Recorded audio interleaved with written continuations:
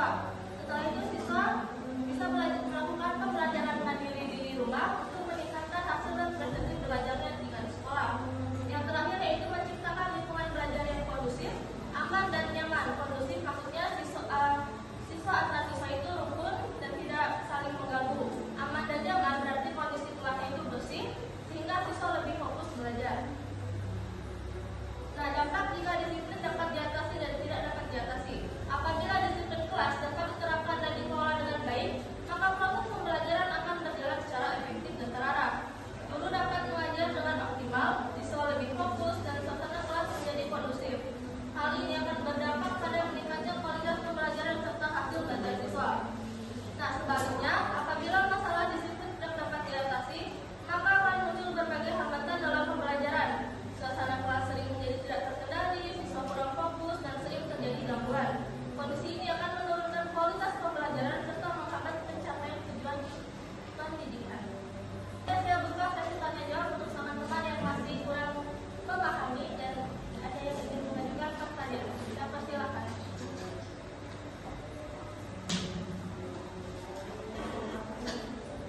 Kepada baik, terima kasih atas waktu yang diberikan. Coba buka tadi yang faktor.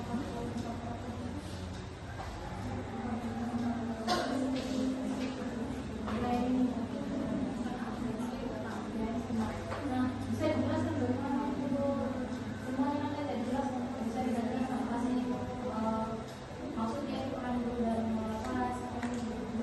Terima kasih. Ada lagi yang ingin bertanya?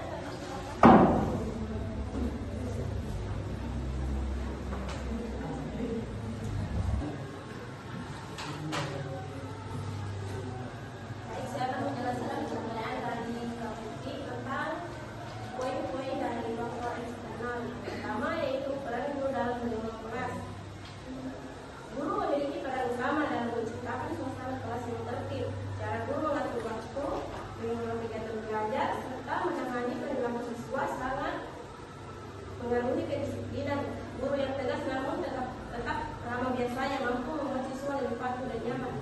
Yang kedua, kejelasan aturan dan tata tertib. Aturan yang jelas membantu siswa memahami apa yang boleh dan tidak boleh dilakukan. Jika aturan dibuat secara rinci, konsisten dan disampaikan dengan baik, siswa akan lebih mudah mengikuti dan menghargainya. Ketidakjelasan aturan bisa membuat siswa bingung dan cenderung melanggar. Yang ketiga, ada lingkungan fisik kelas. Kondisi kelas seperti kebersihan, pencahayaan, kerapian, dan kenyamanan sangat berpengaruh. Kelas yang rapi dan nyaman membuat siswa lebih fokus dan tenang sehingga lebih mudah menjaga disiplin. Sebaliknya, lingkungan yang berantakan bisa membuat siswa mudah terganggu. Yang keempat, metode dan gaya mengajar. Cara guru mengajar juga menentukan kedisiplinan siswa. Metode yang menarik, interaktif, dan variatif akan membuat siswa lebih terlibat dan tidak mudah bosan. Jika siswa merasa bosan, mereka cenderung tidak memperhatikan dan melanggar aturan. Yang terakhir, hubungan guru dan siswa. Hubungan yang baik antara guru dan siswa atau saling menghargai dan percaya dapat meningkatkan kedisiplinan. Siswa yang merasa dihargai biasanya lebih patuh dan termotivasi. Sebaliknya, hubungan yang kurang baik bisa membuat siswa kurang menghormati aturan. Bagaimana untuk jawabannya? Apakah terima atau mungkin masih ada yang ingin bertanya? Ada yang masih bertanya? Silakan bertanya.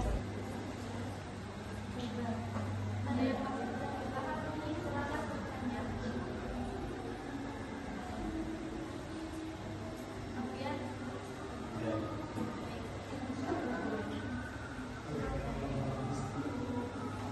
Ya, assalamualaikum warahmatullahi wabarakatuh. Coba buka kesadaran diri tadi. Ada kesadaran diri sama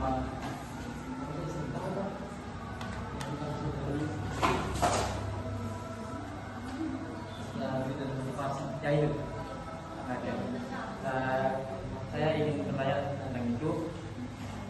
Menurut kalian, apakah kan di sekolah kita waktu kecil kita tuh sering diucapkan sama guru, bodoh tapi rajin lebih baik daripada pintar tapi malas. Apakah menurut kalian apakah sudah tepat jika kita seorang guru mengontrolkan hal itu kepada murid untuk memberikan motivasi? Terima kasih. Dari saudara